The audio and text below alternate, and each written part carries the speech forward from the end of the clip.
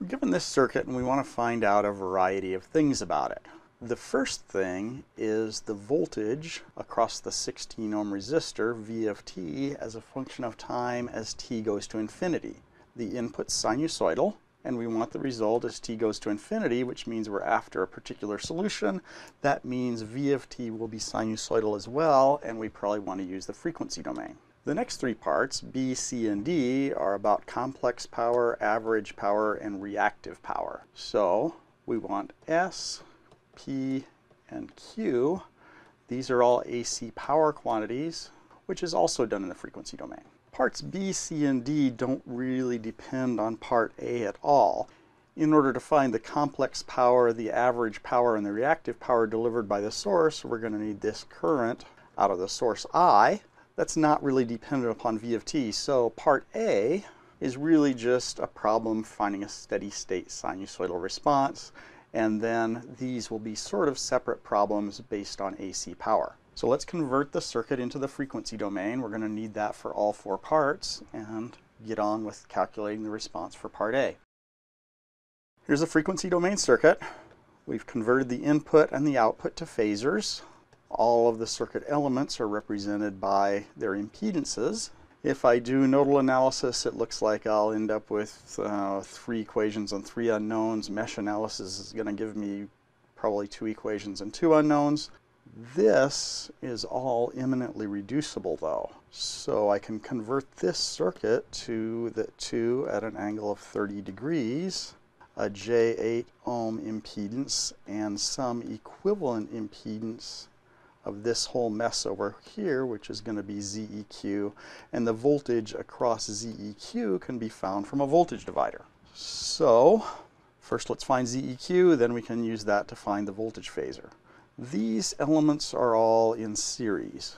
So to get their equivalent impedance, ZEQ1, that's going to be the sum of all of these. That's going to be J4 plus 16 minus J4. The imaginary parts just cancel out, and that's going to be 16 ohms. That 16 ohm impedance will be in parallel with this 16 ohm impedance, so ZEQ is going to be half of 16, or 8 ohms.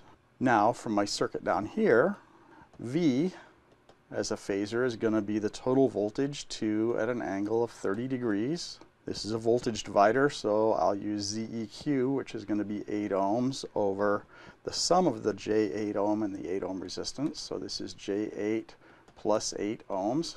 So that's going to be 2 at an angle of 30 degrees times 8 over 8 square root 2 at an angle of 45 degrees. This 8 cancels with this 8, so this will be 2 over square root of 2. 30 minus 45 degrees is minus 15 degrees.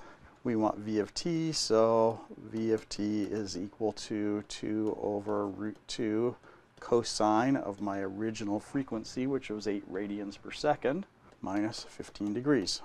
There's my answer for part A.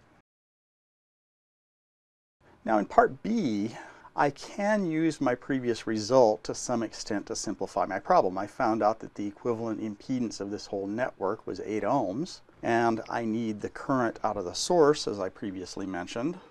So the current out of the source, I, is the source voltage, 2 at an angle of 30 degrees, over this equivalent impedance of these two. Those are in series, so it's going to be the sum of the individual impedances. So it's 8 plus J8 ohms. So that's 2 at an angle of 30 degrees over 8 square root 2 at an angle of 45 degrees. 2 over root 2 is just root 2 over 8 at an angle of 30 minus 45 degrees is minus 15 degrees. The complex power, S, is just the voltage phasor times the complex conjugate of the current phasor over 2, which is 2 at an angle of 30 degrees, times the complex conjugate of this is square root of 2 over 8 at an angle of plus 15 degrees. Conjugation changes the sign on the angle over 2.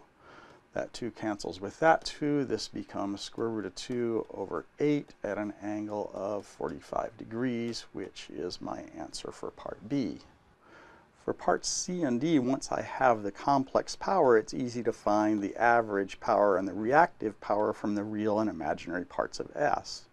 So for B, P is equal to the real part of the complex power S. So that is square root of 2 over 8 times the cosine of 45 degrees. Cosine of 45 degrees is 1 over root 2, so this becomes 1/8 of a watt. For part C, Q is the imaginary part of S, which is going to be square root 2 over 8 times the sine of 45 degrees, which is also 1/8. Its units are volt amps reactive, and the units of S, which I accidentally left off, are just volt amps.